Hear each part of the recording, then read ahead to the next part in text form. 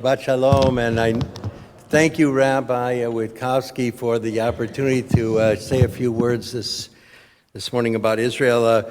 We do have also a weekend with Pamela Ray Schuler, who is speaking here on behalf of Jewish Disabilities Month. And I think next week, Rabbi is going to be speaking about Black History Month. So we have everything. See, now I gave him an assignment now.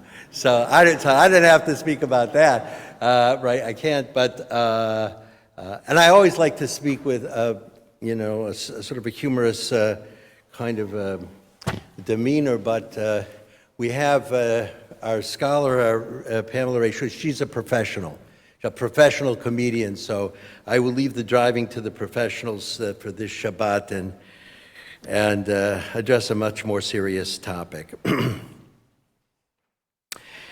So after eating from the forbidden trees in the Garden of Eden,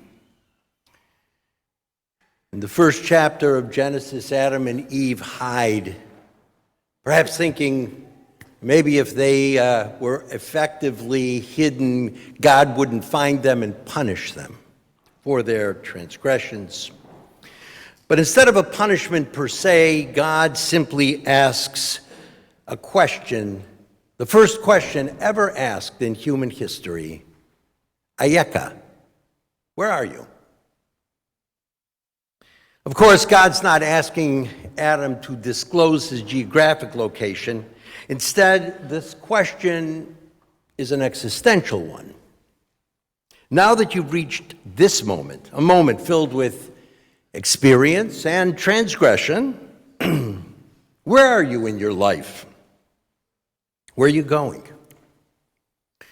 And this, I believe, is a question which God asks to each of us at every moment of our lives.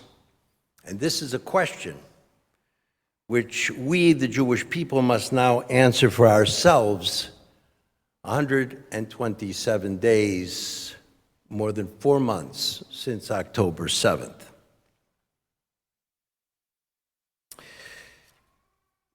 The attack on October 7th was an unmitigated and unimaginable, horrible crime.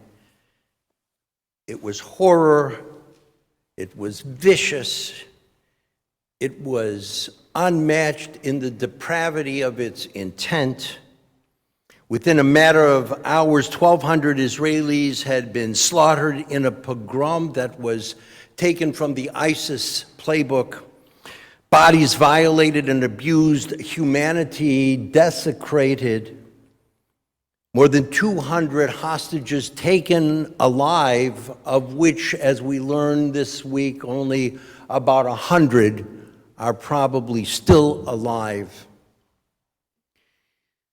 Despite this painful and unqualified success, I guess is what Hamas would call it, we regrouped and responded with a war intended to achieve two primary goals: the eradication of Hamas and the return of our hostages.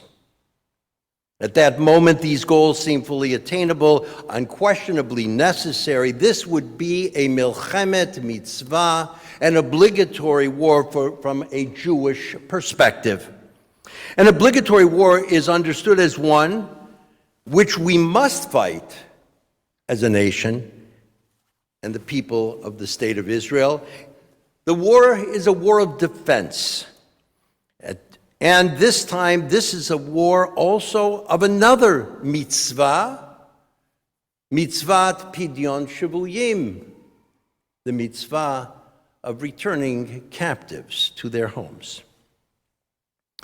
But now, after 4 months of relentless fighting, I believe that gnawing question asked to Adam comes back to haunt us. Ayeka, where are we now? These have been 4 months of unimaginable pain experienced by Israelis in support of Israel all over the world. 4 months of unspeakable losses. More than 225 of our IDF soldiers have now been killed on the ground. Young people with their entire lives before them, lives which will now never be lived.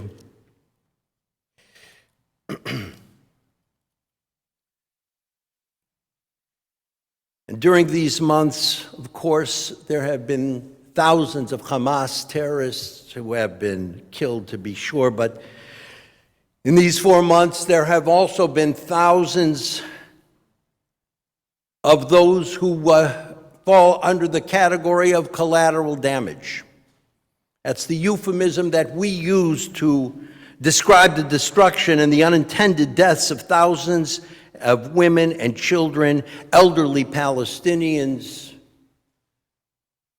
Make no mistake that those deaths are the fault of Hamas, not Israel. And make no mistake that that is part of the steep price which must be paid in retaliation. That's a steep price that was expressed beautifully, I think, in 1956 when the great scion of American Orthodoxy, Rabbi Joseph Soloveitchik, spoke the following words when he described that cost of retaliation that we must exact after an attack on Israel at that time, the nascent state of Israel. These are his words. He said, when God smote the Egyptians, he sought to demonstrate that there will always be accountability for the spilling of Jewish blood. At present, he said, it's necessary not only to convince the dictators who have directed the attack against us, these are his words, and the sanctimonious members of the United Nations, that Jewish blood is not cheap. The obligation to protect and defend the state of Israel and its citizens is immovable and incontrovertible. The current war cannot be completed until the danger of a future attack by Hamas has been forever eradicated, before people can return to their homes in kibbutzim along the border of Gaza, before people can return to their homes in Sderot and other communities in the south, they must be confident that they are safe. That is their requirement to return. That is Israel's obligation to assure. But here's the rub. The military defense of Israel is not our only Jewish value at play. I mentioned the value of Pidyon Shavuyim, returning captives. And of course, there are other Jewish values that must and always come into play in our lives as a Jewish people and as a state of Israel, not the least of which is the sanctity of all human life. We learn this in part from Parshat Mishpatim. Parshat Mishpatim is understood as a continuation of the obligations that were set down in the Ten Commandments that we read last week. The laws this morning begin to detail the requirements of living in a larger world. The world then as now, which is inhabited by Jews and non-Jews alike. And so for this reason, the Talmud makes it clear that when it comes to sharing the world with Jews and non-Jews, between Jews and non-Jews, whether in social, the Torah, makes it clear that when sharing this world, whether in social or civil society, or even when it comes to capital laws and torts, all must be treated with equal dignity and respect. All life is holy, Jew and non-Jew alike. As it says in the Parsha, Makeh ish vamot mot yumat. Somebody who strikes fatally someone else must be given the death penalty, whether the perpetrator or the victim, either, both, are Jews, non-Jews, doesn't matter. One rule, one law for all people. No difference. And the Talmud expands in a particularly pointed way when this case is challenged by reality. In this case, the reality is as follows. A question was posed to the Talmudic sage Rabbi, who said a certain person came before him and asked, he said, the Lord of my place, an official where I live, said to me, go and kill so-and-so or I will kill you. What shall I do? And Rabbi said to him, it's preferable that he should kill you and you should not kill. Because who says your blood is redder than his? Who said that your life is worth more than the one he wants you to kill? Surely when one comes to kill you, especially during war, you must defend yourself, even if it requires killing the other. But is there a point at which an obligatory war is no longer defensive? When my life and his are both threatened, are we simply saying that our blood is redder than theirs? Returning to the first chapter of Genesis for a moment, when the world was created and humanity was formed, Vayivra Elohim et Adam b'tzalmo b'tzalem Elohim bara oto. God created humankind in the divine image. All humanity is created in God's image. Each person endowed with infinite sanctity. All human life is precious. It's true, of course, that in a war, our lives take precedence over those of our enemies, but at some point in this war, one has to ask, who are the enemies that we are fighting? At what point does collateral damage become a meaningless term? At what point do we say, yes, their deaths are the fault of Hamas, but now have become our responsibility? There are three things I wanted to say about what bothers me about this war as Lori and I return to Israel in a couple of weeks. First, after 4 months of war, what troubles me is not so much the deaths of our enemies who die as a result of the defense of the state of Israel, our milchemet mitzvah, but I worry that our obligatory war is losing its defensive and obligatory nature. I wonder whether the goals which made this a just and obligatory war are still even attainable. After 4 months, can we still say that it is the complete eradication of Hamas that remains our priority? After 4 months, are we any closer to redeeming the hostages from their captivity? And for me, and that's just me, the freedom of our captives must now become our top priority, doing what we must to bring them home. Now. And second, after 4 months, are we any closer to assuring the safety of our southern borders? For me, it's the safety and the lives of the citizens within Israel, especially those who need to return to their homes, which concerns me. The world is focused on the displacement of Palestinians. I think we as Jews and the state of Israel need to focus on the displacement of the Israeli citizens who are out of their homes because of this war. And finally, there's something else that bothers me, perhaps as much as the others, and that's the lack of an endgame plan here. Even if we achieve our military goals, what then? Who'll continue to assure that Hamas does not return and regroup and rearm and reattack? And I don't have an answer for that question, but I can say this. It cannot be the responsibility of the IDF after this is all done to stay in Gaza and do that. It's hard enough to fight this war.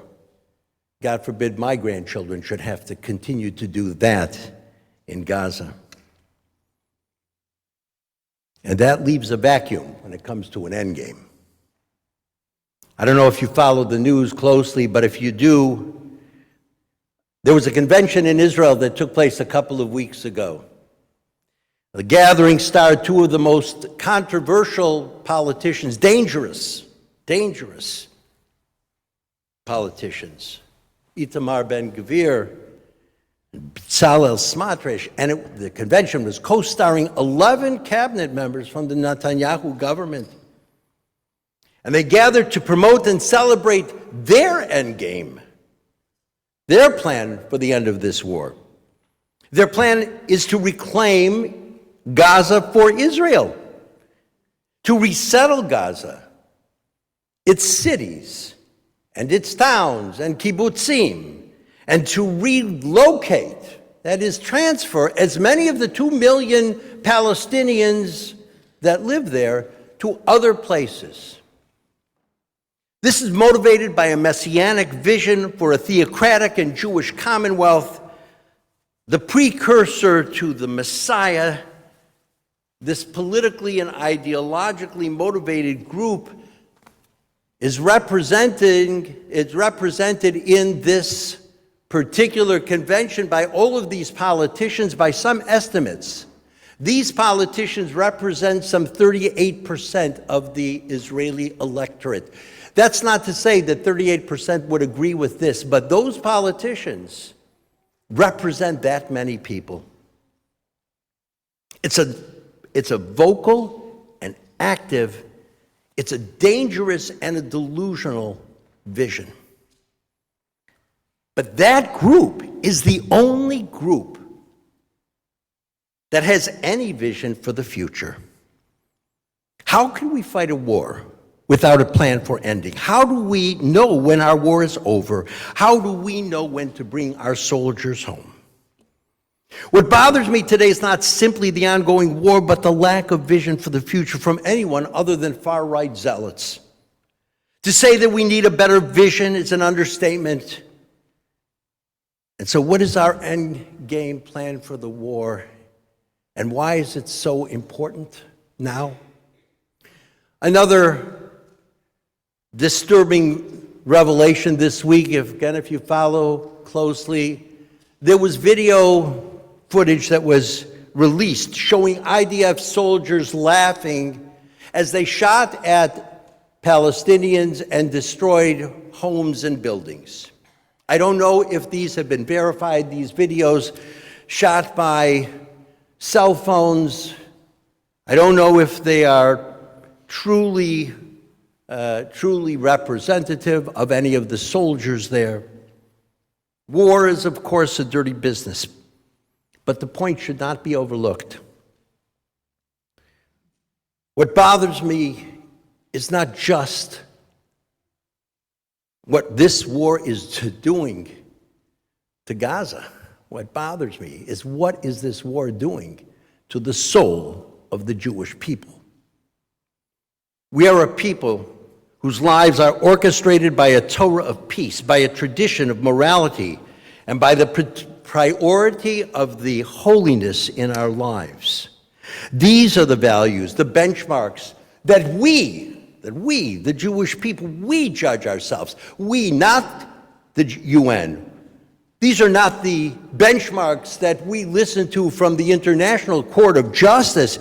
These are not the benchmarks that we listen to in order to make decisions to placate our critics or detractors. These are the values and these are the benchmarks that we must use to judge ourselves. But without these values, without our desire and commitment to be a holy people, without our relentless desire to pursue peace, we may survive the fighting, But we might lose our identities, our raison d'etre as Jews. We might lose our souls as a Jewish people in the state of Israel in the progress, and that's a price we cannot pay. I remember a number of years ago, I used to go to a lot of weddings, and you would usually find me in weddings. The music was usually too loud to hear anything, couldn't talk. So I would usually locate myself near the hors d'oeuvre tables, and on that one particular wedding, I was there between the mini corned beef sandwiches and the sushi. And so another guest approached me and says, "Hey, Rabbi," he's yelling at the as loud as voice, "Hey, Rabbi, how you doing?" And I yelled right back at him, "I think I'm having a stroke." And he said, "Great, keep up the good work." And so he grabbed a handful of corned beef sandwiches and wandered off to the bar. I think he had a stroke later that night. I don't know. It doesn't matter sometimes who else hears the answers to the questions that we ask. Sometimes what's most important are the questions we ask ourselves and the answers we give to ourselves. And when it comes to existential questions, we must look in the mirror and give answers of unvarnished truth and moral clarity. Today, this Shabbat, we must search to find that answer to the very first question ever asked, for it's that question which stands before us now as a people, the question that stands before the state of Israel now. Ayeka, where are we now? Shabbat Shalom.